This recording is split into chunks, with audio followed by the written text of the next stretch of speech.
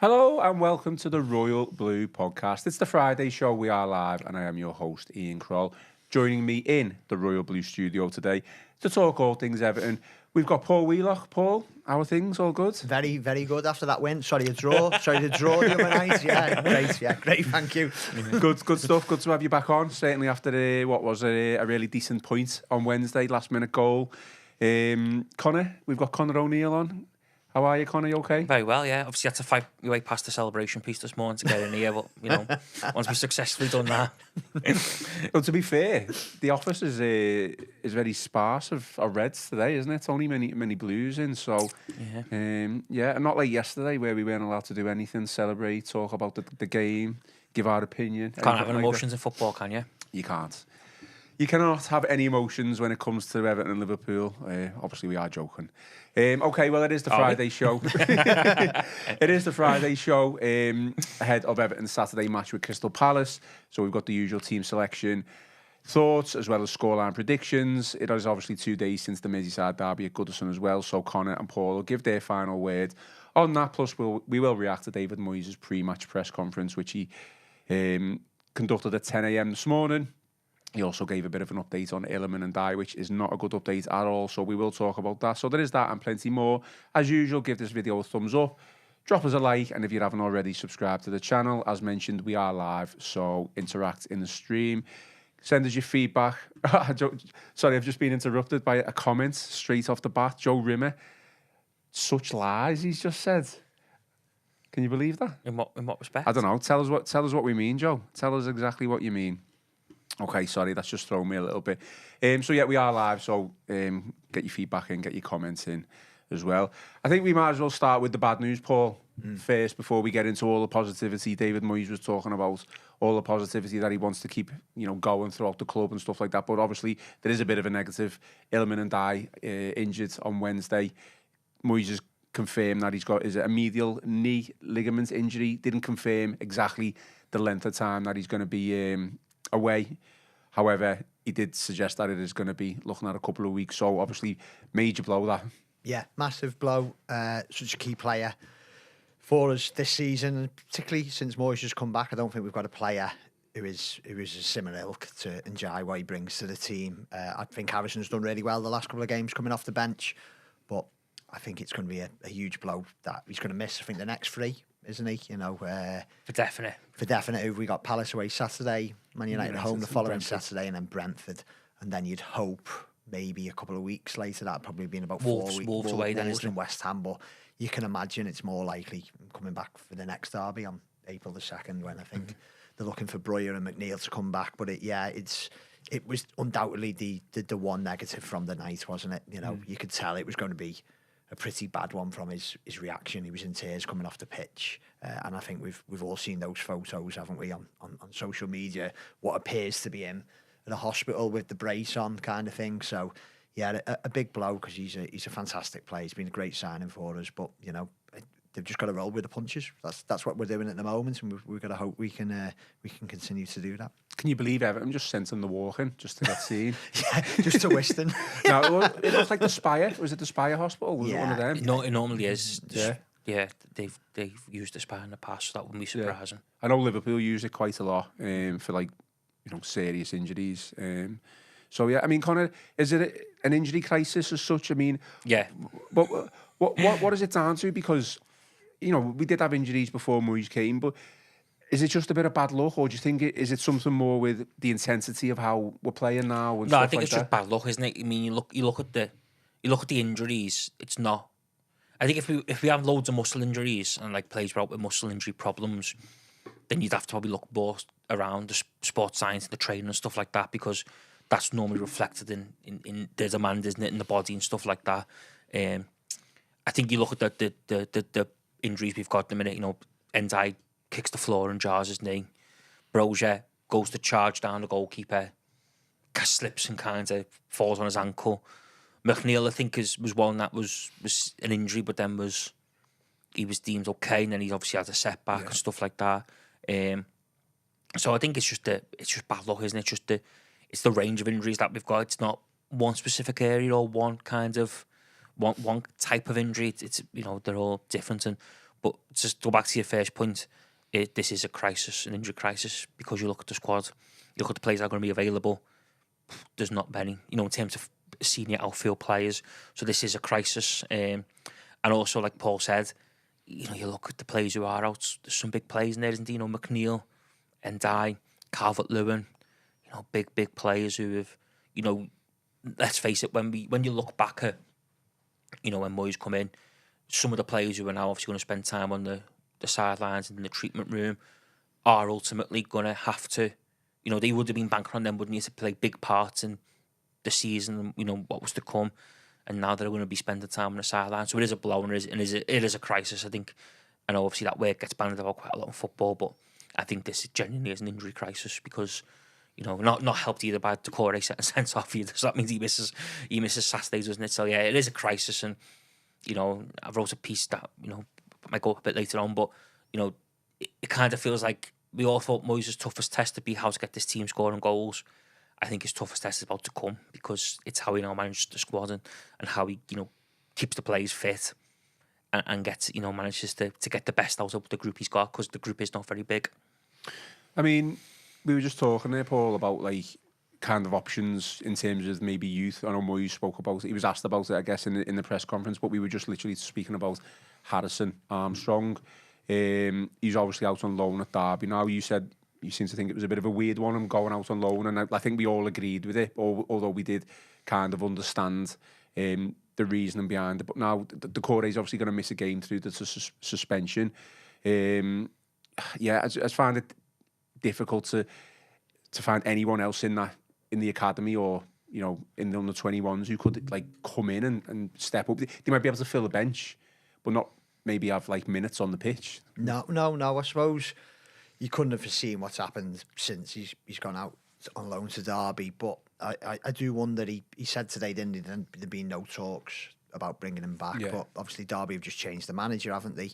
And you do wonder if there is a recall clause there. If, say, the next 2 or 3 weeks, Derby play 5 or 6 games and he's not starting, I wonder if it's something that we have to reconsider, really, because he did say in the press conference today that, luckily, he's got Leighton Baines on the coaching staff, so he's got the perfect person, really, to let him know if he thinks there's anyone ready to step up. But as Moyes also alluded to, we've probably sold all our best players in recent years, haven't we? You can imagine now if Cannon was with us, or Sims, they would be in the first team squad. They might even be playing, because they're proven goal scorers in the Championship. And I think given our options up front, they'd be good options to have at the moment. So it's just very difficult. I think we've just got to get through Saturday first, get through the 2 games after that, which come back to back. Like Connor said, it's going to be a real stretch given the numbers we've got out at the moment.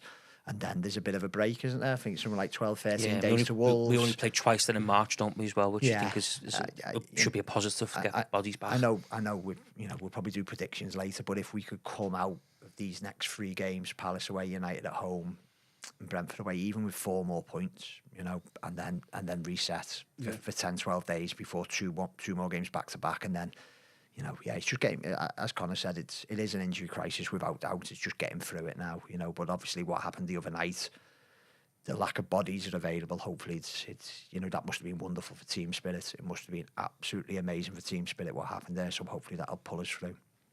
Joe Rimmer has responded, by the way, and he's gone 2-footed, to be honest. Right. So here we go. He says, I think this is in response to what I said, but I can't even remember what I said, but basically said, not allowed to celebrate or talk about the game. 2 of you didn't turn up, and the other, Croll, spoke a lot about it. Lies again, like when you never criticise refs. Croll.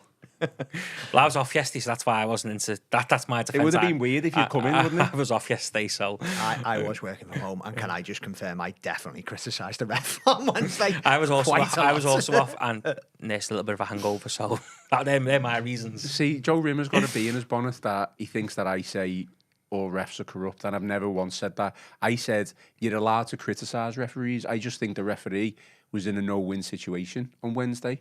And haven't we just literally, before we came on it, I said the only decision I thought the referee got wrong from a Liverpool point of view was the the foul on Salah. I did think that was a free kick, and you both agreed. Yeah, it was 100%. I thought he got a few other bits wrong, though, I have to say. But when you analysed every single minute detail, Not every decision, but I did think he got a few. I thought Idrissa Gana Gueye was lucky to stay on the pitch. Okay, but so was Conor Bradley at the same time. So I think he had the best intentions, in my personal opinion, to let the game go. Yeah. But he could have booked a lot of players earlier. And I thought Liverpool players, I thought Diaz 5 or 6 times could have got booked. Yeah. So Bosley, it sounds like he didn't foul Ndiaye like I thought at the like time. I thought as well. I thought McAllister was was also fortunate to get him. And as you say, after Idrissa Gana got booked, there was 2 fouls he committed within a couple of minutes. Than in previous derbies he would have gone. So it's quite telling, wasn't it, that Conor Bradley probably should get sent off. It was Canate from last season, wasn't it? And then Idrissa Gana done 2 fouls in quick succession, and Moyes couldn't get him off quick enough either. So that always tells the story, doesn't it? When because I actually, I know we're going off, but I said to Paul earlier, actually, we were talking about in the office, the thing where Guy was like, I thought when we took him off, we lost our way a little bit. Yeah. Because I almost think like with Idrissa Gana, best player on the pitch. Like Idrissa Gana, it's almost like he's the adult in the room, and I think like he's the one who kind of holds it all together, a bit of a glue. Yeah. And I think when he disappears or when he doesn't play sometimes, it's almost like everyone just kind of does what they want, and no one's there pulling them together, being that bit of the glue. And I thought when he went off, we lost our way a little bit in the game. I agree. But Moyes had to take him off because I think he knew that the next time he'd done something, he was going to get sent off. Yeah, I agree with that. I don't necessarily think it was Liverpool's second goal. That it was a sucker punch. Don't get me wrong, but the substitutions forced, because you wouldn't take Guy off unless you think he's going to get sent off. He was he was our best midfielder in terms of what he was doing. Keeping the ball away from Liverpool and just picking up those loose balls. However, when I think it was Alcaraz went over to the right, I just think we lost all balance. Yeah. And then he kind of brought Alcaraz back over when Young came on. He tried to get him in the game, didn't he? I think that helps. You weren't in the game at all, Alcaraz? He tried to get him, like, the reason Young come on was because if we're being honest, I actually was sitting there thinking, he's going to throw Michael Keane on here. Yeah. Because I watching him, and, probably going off on a bit of a tangent, but when Liverpool went 2-1 up, I thought that was their best spell in the game after the goal, because they kept the ball. They kept the ball. We didn't really lay glove on them, and we were reduced to like pumping long hope. And you could see by that point as well, Beto was tired, Decore was tired, and I was actually, stood in a low ladder street thinking he's probably going to throw Michael Keane on here, just because if we're going to have to go long like this, he's an aerial threat and he'll be able to compete and challenge with Van Dijk and Konate. And then when I saw Young was coming on, I did think, what's he doing here? And obviously it made sense because he wanted to get Alcaraz in the game, because I think, let's face it, I don't think he touched the ball on the right, did he? He just couldn't get in the game. He wasn't in the game at all, no. I've got back up in the comments from David Murphy. Says, still salty, Joe? ? Why are you calling out Ian? So, nice one for that, David. It's like your burner account. Quickly on the side. Yeah, I mean, obviously we're talking about the derby, so we might as well go straight into it. Paul, we'll have the final words. How many times have you watched the Tarkowski goal? 703,000. Like a lot. A lot. It was, absolutely incredible. Incredible finish. Incredible atmosphere after it. It was, it really was a moment. I'm like, it really was a moment. I know, like, I wrote a piece yesterday about it that a lot of people say we were like celebrating it like a victory, but believe you me, you're not a football fan. You're not a football fan. You're not alive. Check your pulse. You are not alive if you do not celebrate a goal like that. It was without doubt a real moment, and I think it would be a moment at any point in your history being a football supporter to get a goal like that. But given the context of it, 98th minute, last ever derby at Goodison Park, it was brilliant, because I remember the last time I was on this podcast, we were talking about the atmosphere at Goodison, and Sean Dyche did a really good job for 18 months as Everton manager. I think we've all said that on this podcast, haven't we? But this season, the football and what he said about Goodison's final season absolutely killed it for me.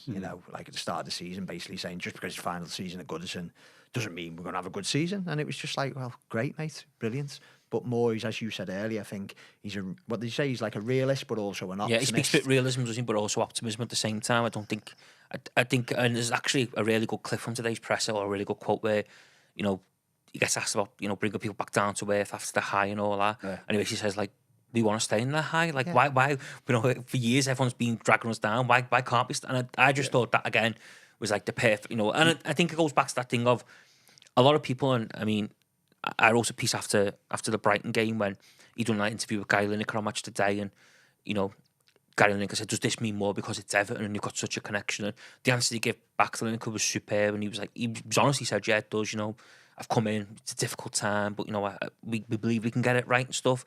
And in that, I just thought like that vindicated and justified the Freckin Group decision to bring him back.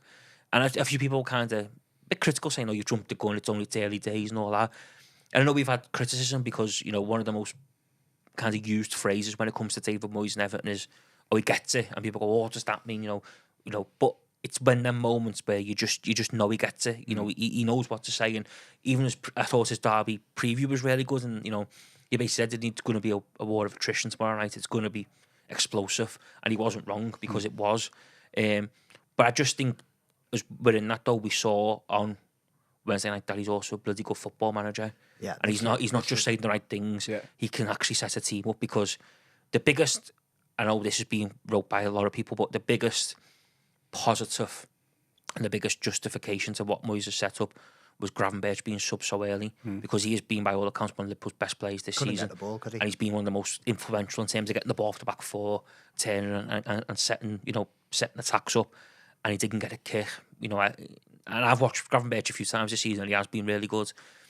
But he didn't get a look in, and that was because of how well we set up and how, and even you look at Jake O'Brien at left back. I feared a little bit going into Wednesday night because I thought he was about to get his toughest test because he's done really well at right back. But Gapco's been on fire this season. He's been one of Liverpool's best attackers. And I did think this will be a tough test for him tonight because Gapco also likes to cut inside a lot. And I thought, is he going to get caught in two minds here of do I get tight? But then if he does me, I'm open and etc. But he was superb. And, and it was testament that Gapco didn't really get a kick of how well O'Brien done. So yeah, I think it's just that spirit, I think, more than anything that Moyes has brought back and that connection. And I have to say, I didn't think... I mean, I wanted David Moyes to come back and take over when Sean Dyche when we knew it was coming to the end. And I didn't think the love for him and the way people get back on side behind him would be as universal as what it has been so quick. I did have lingering doubts a little bit that a lot of people would be like, it's a step back, what are we doing? But I think people bought into it straight away, and we saw on Tuesday night that people are well and truly bought into it. Wednesday night, sorry. No, absolutely. I mean, Paul, everything that you said before about the moments and the last minute goal, I think that's obviously, that goes without saying, but another pleasing thing for me is that it was just another good performance again. Oh, yeah, Liverpool didn't deserve anything from the game. People will go, "Oh, well, Everton deserved the draw." I think Everton deserved the win.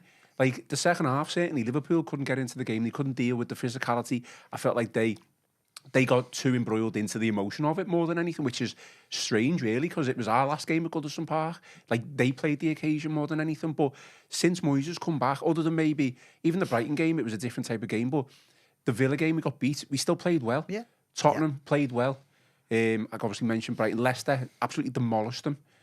Liverpool played well again. We should rescue a point against Villa, shouldn't we? Because Calvert-Lewin should score it in stoppage time. So he's come in the space of, obviously the cup game is a bit different, but even Saturday though, so just to put in, but in the second half, I thought we were actually quite good. No, the first and another day we'd probably do score at least one. The first half was probably poor against Bournemouth. That was probably the first time you say that's where Everton have been really poor. But since he's come back, Everton are playing well. They're not just like scraping wins. Yeah.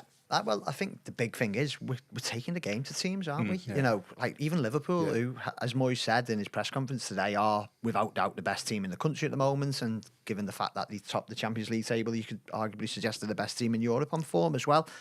And we took the game to them and deservedly went one ahead.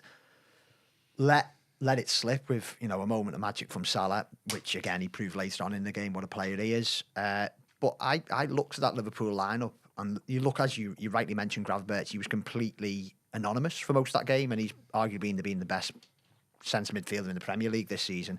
But McAllister had a good game, but he relied so heavily on Salah. Yeah. Like, really, he is just a different class, isn't he? The cross was amazing. He was in the right place, time for his goal, and whenever he got a ball, he looked danger. But I looked at the rest of that Liverpool team, and I don't think there was any players there who had a 5 or 6 out of 10.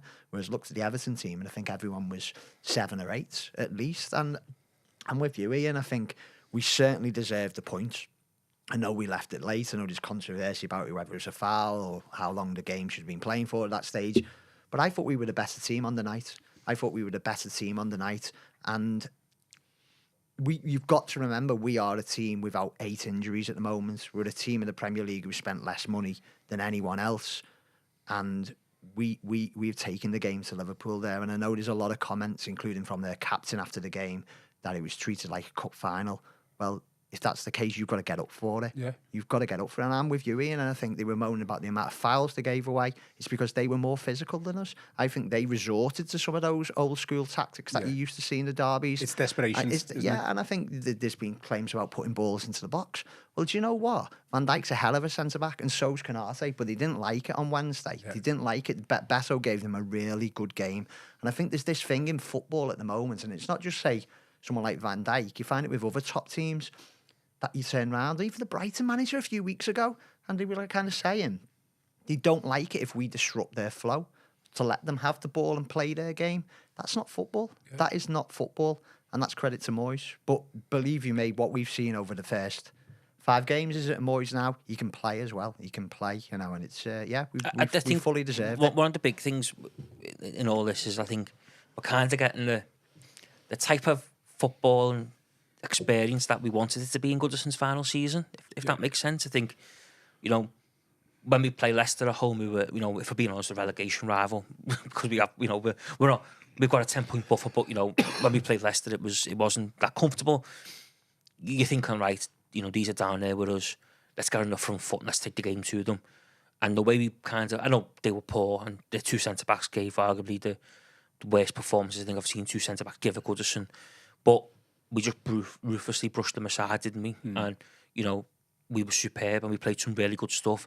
Tottenham, I thought we played some really good stuff in the first half. I know we got nervy late on. But I think, again, that was because we still carry some scars. I think that we were carrying scars at that point of collapses. You think of Bournemouth and Villa at the start of the season. And the other night, it was a different way of playing, wasn't it? It wasn't as free-flowing, great football, because we can't play that against Liverpool because they're superior than us, in terms of abilities, ability-wise. But what we saw was a team who rolled their sleeves up, got stuck in, made it into a battle, and wanted to battle themselves. And we haven't seen enough of that, have we? If you play them teams, you play that way, no one can complain, because you think, well, you know what, we give it a bloody good go there. We got stuck in. Everyone gave 100%. Everyone ran through brick walls.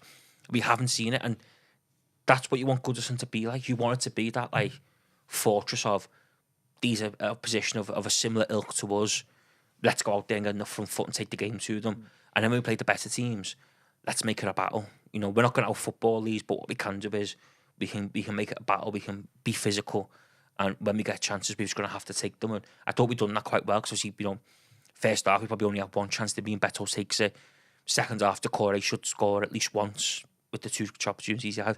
And then apart from that, the only one we got was Tarkowski, and he rifles home. Yeah. So I just think we're kind of seeing what we wanted to see in the final season of Goodison, and what's quite fitting for Goodison, because, we know that there's been some great football played at Goodison over the years, and we've had some fantastic teams, certainly in the 80s, but we can't forget that some of the great Goodison nights, there's not been much football played.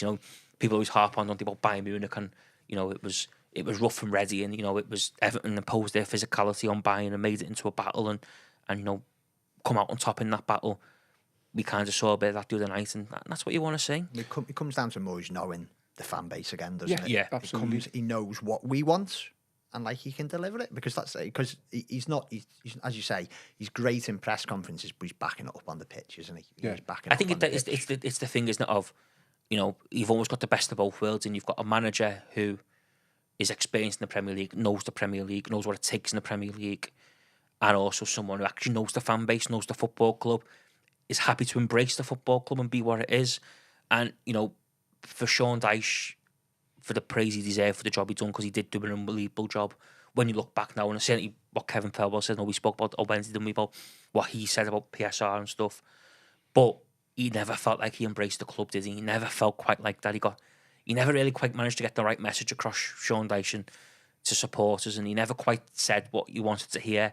Whereas David Moyes has been in 5 weeks, I think he's, delivered multiple messages that people want to hear.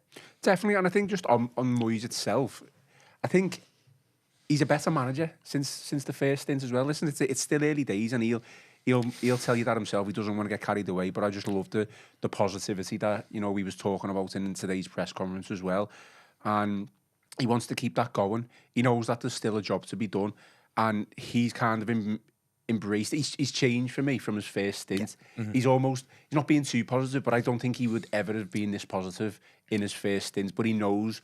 I think he's understood since he's come back how much Everton fans, what we've faced over the past couple of years, how much we've been probably hit over the head with the bat by everyone around us. Let's face it, the years have been hard, haven't he? And he's recognised that. And okay, he's managed to get results. I'm say he's fortunate enough because he's come in and he's done a job. He's changed everything compared to what Sean Dyche has. And the positivity around the place for me is, he's embraced as well the power of Goodison Park for me. We've seen it once or twice under Sean Dyche, don't get me wrong. We did beat Liverpool last season at Goodison Park 2-0. However, this was probably, even though we didn't win, it was probably a better performance, I think, like as a team performance. How many times have we said the power of Goodison Park? We know what that can do to get Everton over the line, to get Everton a result. It's been few and far between. And like you said, like we've got it there now. It's no myth, is it? I mean, like me and Paul actually talking about this early in the office. Like, the power of Goodison does exist, just like the power of Anfield exists. I don't care what anyone says. Like, I know people always go out to myth and all that, but on them big nights when it matters most, the power of Goodison Anfield does exist, and it is a factor. And there's probably moments there in that game where Michael Oliver's decision probably was swayed by the crowd. Some of our plays went down, everyone screamed, 40,000 people scream, we get a free kick. Exactly the same happens at Anfield. Liverpool play, I don't know, PSG in the Champions League. Someone goes down, 40,000 people scream, they probably get a free kick. That does occur. That's football, and that does happen.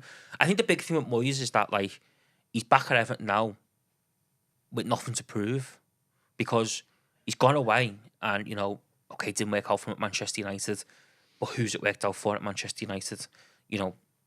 Since he left, he'd gone through manager after manager, and some of the biggest names in European world football have gone there and failed and been sacked. So that's no real damp mark on his record. And if anything, he got less time and less money than the rest of them. So he probably feels the most hard done to him. And then you look at, he obviously didn't work out for him at Sunderland, but it's the West Ham spells, isn't it? That clearly he's just evolved as a manager and he's got better. And I think he's more tactically flexible now than what I think he used to be. Yeah. And I think, the biggest thing of all, he's just got experience. And I think the situation we found ourselves in January was crying out for someone with experience. He feels comfortable in his own skin, and I think he would be there, as you rightly say, Con. I think he should be comfortable in his own skin, whatever club he took over next after West Ham, because 61-year-old fella, you don't win a European trophy. I know people might say it's the Conference League, but he took West Ham to the quarters and the semis of the Europa League. Yeah. It's a really hard trophy to win. Yeah. But it just feels the right fit, doesn't it? He must. I know a lot's changed at the club since he was there last, but the fan base hasn't, and he gets it. And what the fan base wants hasn't changed, has it either? No, and if anything, it's almost, if we're being honest, since he left, what we've long craved for in them years since he left is what he used to serve up. Like, if we're being honest, we all harper back to them days of, because we had 11 lads who went out there every week and they'd run through brick walls, that manager, and they'd go above and beyond. And play good football. And when they got the chance, they got to play good football. And have a go at home, because, like, let's not forget, he's deservedly getting all the praise. He's getting all the praise he deserves at the moment, but we weren't too good away at home. We under Moyes at the big teams. But at Goodison, we were. Yeah. And that's it. I think that's what killed Dyche. It absolutely killed him. I can remember Palace at home earlier this season. We won 2-1, but only because McNeil scored two brilliant goals. But we were absolutely terrible. Just sat back at home. You think of Brentford, don't you? Brentford, 45 minutes. They go down to 10 men on stroke of half time, and you think, right, let's take the game in the second half. And we 5 minutes into the second half, we ran out of ideas. If anything, them going down to 10 men was worse in that game. Yeah. I remember it. I also think as well with Moyes, and I don't know this for certain, but I think he's been paying very close attention to what's been going on at Everton over the last few years as well. And not in a way of like he was ever angling to come back, but I think he's got a lot of love for the football club, and he's got a lot of love for the people who are involved in who've been involved and are involved with the football club. And you're not telling me that he's not been keeping a close eye on what's been going on, what's been getting said, what's been happening. Because it was a famous West Ham clip, wasn't it? The press conference where he got asked about Everton and he said, we, and it was like, the West Ham manager, David, not the Everton manager. So I think he's been paying very close attention, and he will have known coming in, A, how big a job it was, but B, I think he will have known I know how to get the fans back on side here quite quick. I know what to do, and I back myself to do that. No, absolutely. I think he's certainly kept close attention to the club since he's left West Ham. I mean, as you can see, I think even before that, though, with the interview that he did with Chris Beasley on All Things Everton, so shameless plug there. Yeah, I slightly disagree with you. I think just on the whether he's got something to prove or not. I think in his own mind, I think he does feel like he's got something to prove. For people like us who would praise him for like what he did at West Ham, getting to a couple of a European final and semi-finals, quarters, whatever, and then getting them into the top 10. I think they were like 9th, 8th for the first couple of seasons. I still think he probably doesn't get the credit that he deserves. So to come back at the time that he came back, certainly after that Bournemouth game when we thought, Jesus, we are in a relegation dogfight here. His first stint, which was a really good stint in the 11 years, 12 years. He could have lost all that by getting relegated with the club. I don't think you take on that risk unless, like you said in your own mind, like I feel like he did have something to prove, and he's proven his point right now that he is one of the top managers in the league. There's absolutely no way. Hang on. There's no way that he comes to Everton unless he's already got an affiliation with the club, because he's too good of a manager to come to a club who's fighting relegation. No, I think you're right. You are right in that, because he said himself in the interview was when he got his award, because he got CBA or OB, he got an award in the New Year, and he said he wouldn't come back to a club fighting relegation because he didn't want to, like, and obviously when he comes in and takes the Everton job, the first thing everyone says is, well, I'm on you. But, I think he says himself, this is different, And I think he also thought, this isn't a club that should be fighting relegation. Like, this is a group of, and I think this goes back, doesn't it, to what we've had conversations about, certainly on different pods when Sean Dyche was in charge of, could another manager get more out of the group of players that we had?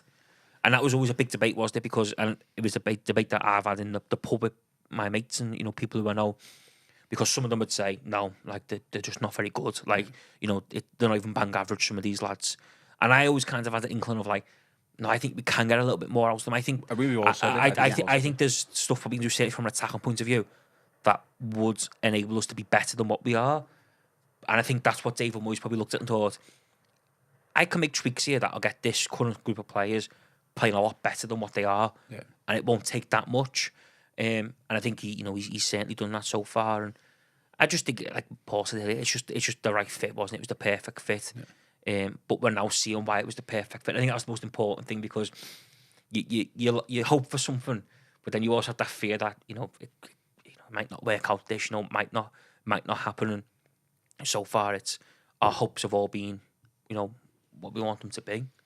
I mean, just on what Connor was saying there, I think we've all said it, that under Dyche he wasn't getting the best out of the players. Are you surprised at how much more Moyes is getting out of the players? I think Dyche's methods worked for 18 months, because to be fair, when he came in, he got a lot more out of the players who were failing badly under Lampard. So we're kind of, fair it is that, cliche new manager bounce, but it's the patterns of play. It's so visible. It's not just kind of like, all right, let's get up for it again. It's the style of football. And I think Dyche's football, I think he's just, he could be one of those managers, certainly at like a bigger club like Everton. And by the way, like Wednesday night proved once again what a massive football club Everton are. You do not see scenes like that at most clubs. You really don't. And I think I'll come back to the point about improving players, but I think what Moyes has done so well as well, and you've touched on it, what he said at the press conference earlier, he talks us up. This is Everton Football Club, and I think as a fan base we've needed that, and that's why I think quite a lot of us have hit back at like celebrating like a draw, because like, hey, this is Everton, do you know what I mean? And I think he does that so well. But in terms of on the field, yeah, it's changed. Even just as simple as Beto, where he clearly is a very different striker to Calvert-Lewin, and it's clear Dyche's like Calvert-Lewin more than Beto, and I'd probably be along with him there, really, even despite what Beto's done. But just look at the kind of service he's giving Beto at the moment. Look at Mikalenko. He's transformed. He's an attacking fullback again. You know, Garner, I thought Garner was great for the first half on Saturday, getting on the ball. Idrissa Gueye's had a really good season, but it's clearly something has changed on the training ground. The coaching is definitely different. It's gone past the new manager bounce now. We're still quite direct, and that's fine, because that's, as we were talking earlier, that's Everton's style of football, but we can play as well. And like, you know, you've gone from, how many got, you know, those stats we were saying towards Dyche's end of his year, you know, end of his tenure, like we scored like, what was it, like 4 in 10 games, and it all come against Wolves, and now we scored 9 in 3 2 of them were scored by one of their own players. We scored 9 in 3 home games, haven't we? Like that's not luck. That's not luck. I know the goals on Wednesday were from a very quick free kick and then just a hopeful ball into the box, but we're playing with more intent, aren't we? We would never do that free kick no, routine under Dyche. It would have been to Tarkowski at the back post, wouldn't it? Without doubt. I mean, obviously, I'm not saying Moyes has said that's right there and then that's the instruction, but obviously we have got a new set piece coach coming as well. It's maybe something that we've worked on. You never know, but it worked. I joked yesterday in the podcast that we did, I was not paying attention whatsoever, because you're just waiting for the free kick to be taken, expecting it to be launched. Next minute, Beto's through on goal. And I'm like, we're through, and then we've scored. It was absolutely made up. I mean, anyone mocking those scenes on Wednesday night doesn't know football, or they're just jealous. Like you said, Everton are a huge football club, and that proves it for me. Conor, we can't talk about the Tarkowski goal enough. I'll hold my hands up and say in the past I have been fairly critical of James Tarkowski. Of, you know, I think he's done well as a partnership with Jared Branthwaite, and he's Everton's captain, and he has done well. But there are times where I think he could maybe just do a little bit better. I think he's a little bit rash sometimes. I think sometimes he might lose his head. However, I don't care about any of that. After Wednesday's goal, I'm never going to criticise him, even if he deserves it, ever again. So just timestamp this and date it. I'm never going to criticise him ever again. Well, unfortunately, you talked to the chairman of the James Tarkowski fan club long before Wednesday night. Can I come back? You can come back. Our membership's never been so popular. Membership since Wednesday. They might even elect a vice chair at this rate. But no, I mean, I've said on this before, and I think Bees and Joel both said it as well. You know, it's a difficult one, this, but I have a lot of time and respect for James Tarkowski, because there's been some really tough moments in recent years at Everton, some bad defeats and bad performances, and he's always been the one who's fronted up to us in the media and spoke openly and honestly. And some people might not like what he said, and you know, I often used to see the thing, oh, here's the rallying cry again. But you couldn't knock him for stopping, and he'd be honest, and you know, and he showed a bit of leadership. You know, he sees himself as an experienced, you know, member of the squad, and he would act like the captain that, you know, he believes it's his own right. And obviously, I mean, I was obviously delighted when the goal goes in, but I did think a little bit afterwards that I was more delighted for him, because no matter what happens now, he's got that moment in Goodison folklore, and he deserves it, because, you know, Wednesday night was his 100th consecutive Premier League start for Everton since he joined. 100. I mean, that is some going in itself. You know, you think he was a free transfer. He's been, you know, more than got our money's worth out of James Tarkowski. Yeah, this season he hasn't been great. I actually do think, if I'm being honest, and he actually said this himself to me, one of the games early on in the season, he was hampered, I think, at the start because he was injured. Yeah. I think he got injured pre-season. He rushed back because I think he knew that Jared Branthwaite wasn't going to be, you know, in the squad, and we had other injuries. I think he rushed back, and I think he paid the price for that. I think he should have really just been probably a bit unselfish and gone, I'm not 100% fit, lads, look, I'm not going to play. But he probably didn't want to leave his team in the lurch, and he probably wanted to do what he believed to be the right thing, and step up, play and push himself. So yeah, I think, you know, I was delighted. Obviously the goal goes in, and, you know, we get a point, but I was delighted for James Tarkowski, because I do think he was, you know, he's been a good servant to Everton. I think, you know, what he does on and off the pitch is huge, and yeah, like I say, he's now got that Goodison Park moment, that folklore, and, you know, that'll be a goal and a game that in 20 years we'll be talking about. We'll still be talking about, you know, I put a tweet out after saying, I thought we saw on Wednesday why, you know, the Merseyside Derby is the daddy of them all in terms of English football, of like the history and the hysteria. And if you ever need an example of why, just show people the highlights of that game, because it has everything. So for James Tarkowski to get his name in lights, I think was quite fitting. And what a finish as well, by the way. I mean, it's a centre-back just... I mean, there's a great clip as well online, I was telling you, wasn't I, earlier, where it follows him making his move up the pitch, and it kind of starts out as a bit of a walk, and then he moves into a jog, and next thing you can see him, he's looking, he's thinking, I'm going to get myself into the back post here because I know I might fall, and, you know, he just makes probably an anonymous run, you know, centre-back, finds himself in a big position to keep his composure as well, because I tell you what, that must have been, as the ball's bouncing, you're thinking, on the volley, this could go anywhere. You know, if it would have hit doubles headed the local Glasgow Street, we wouldn't have been surprised. Would the ball come out and gone, oh, that just fell to the wrong player, didn't it? You know, typical of force to a centre back, but to keep his composure, and obviously the scenes that followed were, you know, they'll stay with everyone who's in there for life, won't they? I mean, you know, I'm quite fortunate to be sitting next to Matt Jones's dad on Wednesday night. And I actually text Matt Jones yesterday saying, you know, I've not hugged family members as tight as what I hugged his dad after that second goal went in, and because it was just carnage, wasn't it? I mean, you sit in low glasses, but it was just absolutely carnage, and you know, there was a young kid next to me, and he was like up in the air, I think, at one point, and my son lost his shoe. Yeah, you know, it's like found about 4 rows down. And they're the nights that you remember, aren't they? I mean, and all this about like we shouldn't celebrate, we shouldn't do this, we shouldn't do that.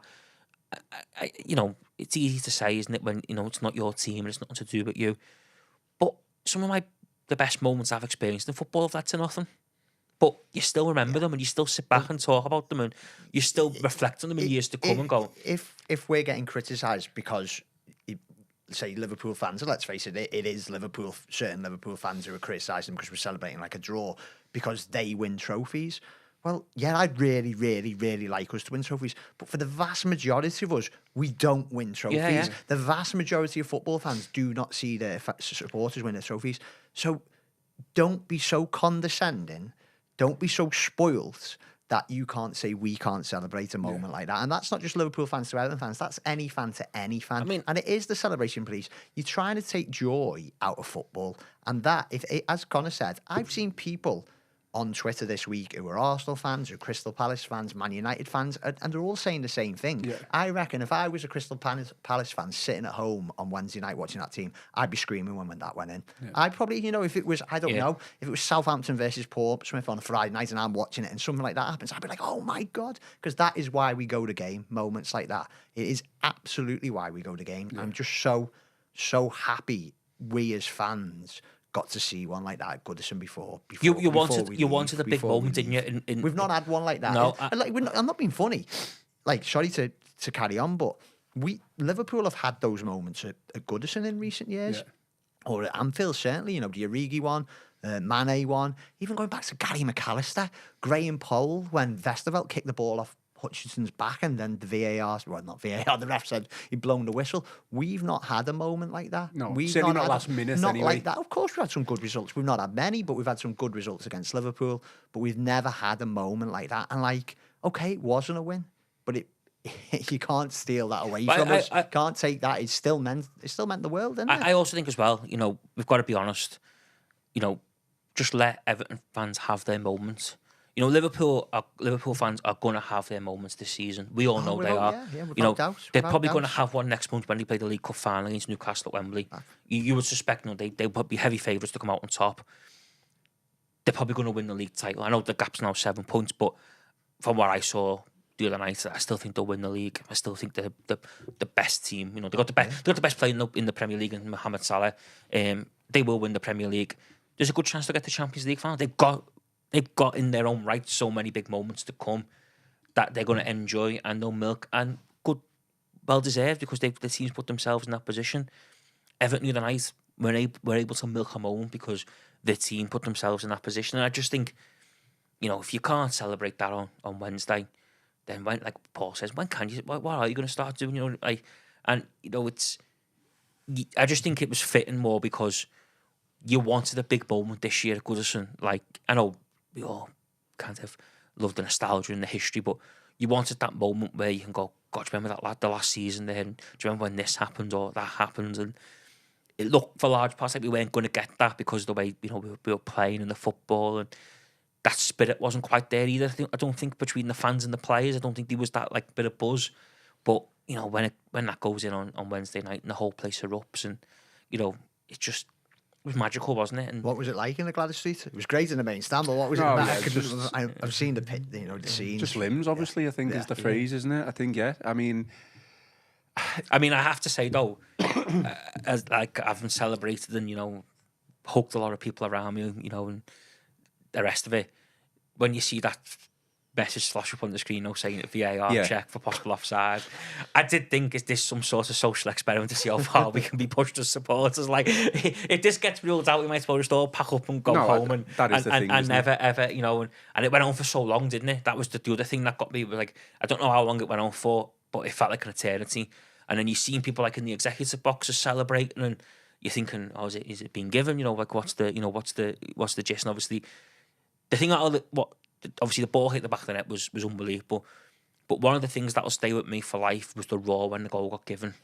That like euphoria and roar was like something that will stay with me for life, because I don't think I've ever heard anything like that before. That, you know, and if I'm being honest, it was relief. for most of us in there, it was relief that it was given.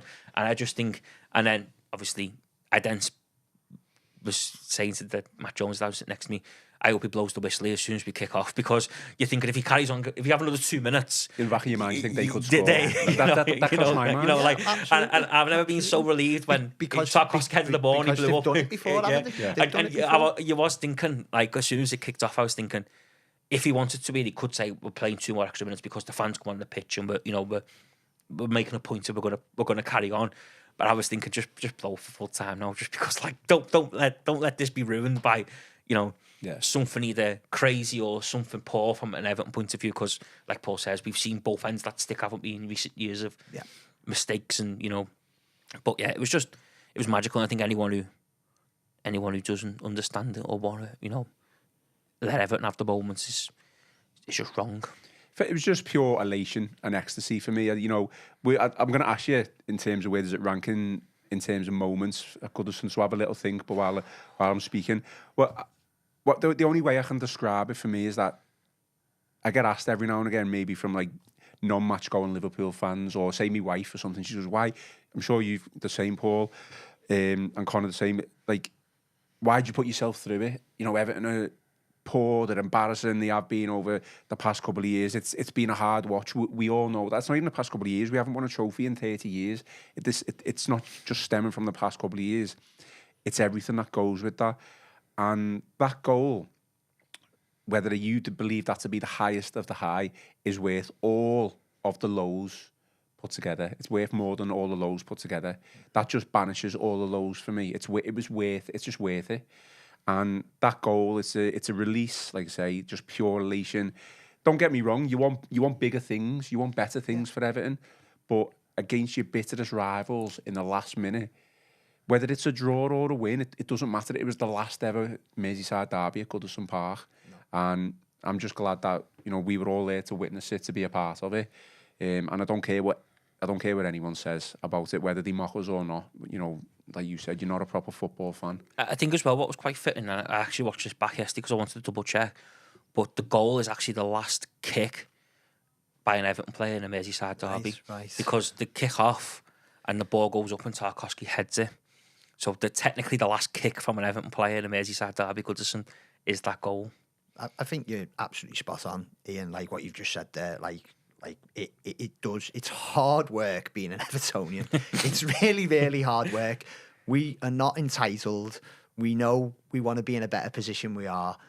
And sometimes you need that bit of joy, don't you? You need, like, it was amazing. Like, we were walking home, my dad, myself, and our eldest, who's 12 now, and my dad was just talking. He was like, my dad's like, you know, I wouldn't say he's overly emotional, but he was saying on the way home, he was saying to Thomas, like, this is a massive moment, this, like, you know, walking down, you know, back to the car along through Walton, and he was saying, my dad did this, his dad this, your dad's doing it, you know. It was an emotional evening because it's the last season at Goodison, and it's the first time it's hit me. I'm not an overly sentimental person, but it's the first time it hit me after the game. Like, what a place this is. what a place this is. And in terms of, because I've not felt it all season. We haven't, have we? I've not, you know, but I felt it. I felt it on Wednesday. I think when you say in terms of where it stands, it certainly is for me as a match going fan before becoming a journalist. It's the best. As a moment. I think Ferguson in 2005 when he scored against Man United, the header was the first big moment I ever experienced as a fan, where I thought like, wow, I've never seen anything like. I was obviously a young kid then, but like you never seen anything like that, where like the whole, you know, when he said like the ground shakes and stuff. Florentina, that was when Arteta scored was up there, but again, I think because we lost on penalties that night and the way it ended was diminished it a bit. And the other big one actually I had was when Dan Gosling scored when against Liverpool around Goodison in the FA Cup, and that was more because I was in secondary school at that time, and that was the first time where like you went into secondary school the next day and it was like, we beat you last night, you know, like we won, you know, like that bit of like, that's, you know, because for years before that we'd always been beaten. Obviously, well documented wasn't Moyes' record against Liverpool wasn't great at Goodison or Anfield for a little bit, so that was probably the first. They were the first, but nothing will probably come close to last night. I've not celebrated the goal the way I celebrated that equaliser ever. It's funny how all the big moments come against Liverpool. Strange that, isn't it? Well, it's our cup final, isn't it, after all? Yeah. So it's up there for you, Paul, obviously. Yeah, after you asked the question, it probably does show, like, you know, the struggles we've had in recent years, that a lot of them, maybe even a goal to make a draw on Wednesday night, and then the other ones are relegation deciders. I've been at all four. Wimbledon in 94, Coventry 98, Palace, and then Bournemouth. That is right up there. Palace to be 2 down and dead and buried, and if we would have gone down, God knows what would have become of the club because of the financial issues that were to show themselves soon after. Bournemouth, in a very different way, it wasn't as dramatic at Palace, but I'll never, ever want to relive those, was it 10 minutes of added time? I remember they had the chance. I still think time stood still when that shot bad. Like, I mean, I was in the press box that afternoon, and I think myself and Chris Beasley, he might not admit this, but I think he did.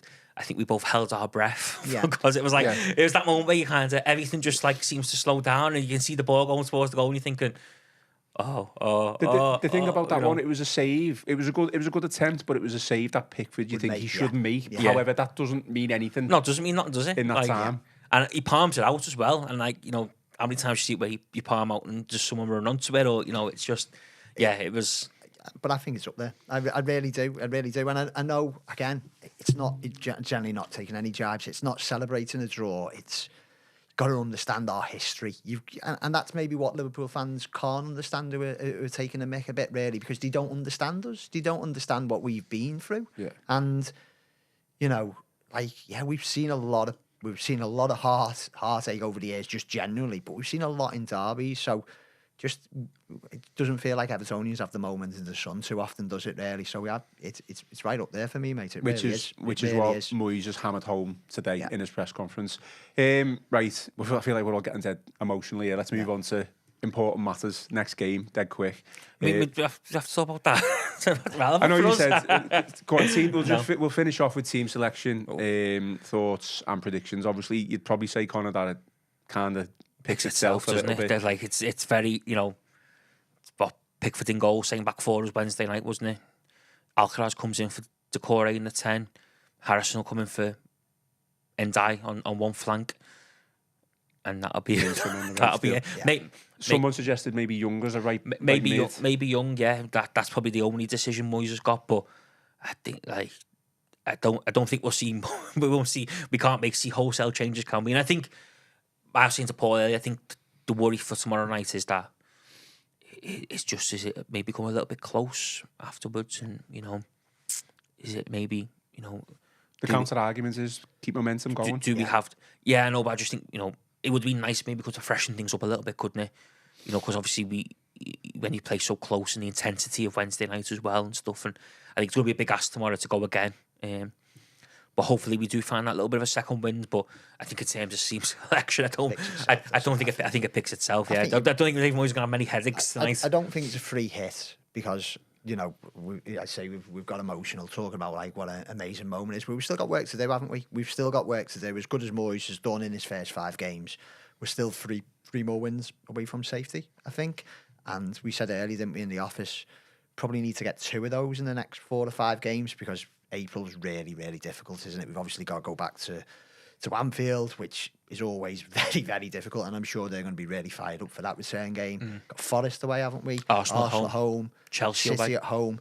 So it's not done yet. It's not done yet. So like if we could go and get a point on Saturday, as you say, just be patched up, battle away, and get a point, it'd be a really good week. I think though, isn't it? It is one of them. And I mean, I don't want to make this a David Moyes love in, but I think it's testament, isn't it? Though that we're in the position we are, where you kind of got that 10-point buffer, and you think, well, actually, if we get a point tomorrow, it's not the worst result in the world, and there's a couple of home games coming up that we could get 3 points at, And I think the fact that we kind of know what we need to do, I think, is a big testament as well to him, because a couple of weeks ago, let's face it, we would have all took this, wouldn't we? Being in a position where you can go, well, 3 more wins, should see us safe, and a point here and a point there. So yeah, I think that's testament to the hard work and the results that we have got that in us enable us tomorrow to be like a point. A drab 0-0 draw tomorrow was not the worst result in the world. Take that one, but it's going to be tough. Yeah, I think it will be. It's going to be very tough. You've already predicted the loss, Connor, before we went on air. Have you changed? Has the last hour changed your mind? Thanks for that throwing me under the bus right there. Does it change your mind? Go on. I'd said the 0-0 draw would be a good result. Okay. That's my prediction. A 0-0 draw would be a good result. Maybe 1-1. Like Palace, Saturday night, always City good fans, aren't they? Palace, Selhurst Park, got some good players, strikers playing really well. Yeah, tough game. But if we could get a point, or you know what, if we were to lose tomorrow night and then beat United a week later, I think I'd accept that.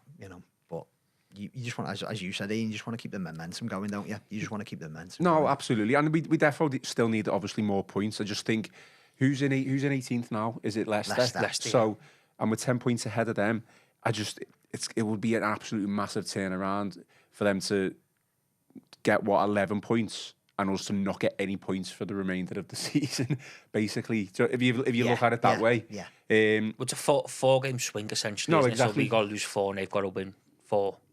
Yeah. Which, and I know they beat Tottenham, but they were terrible at Goodison, weren't they? Leicester, they were.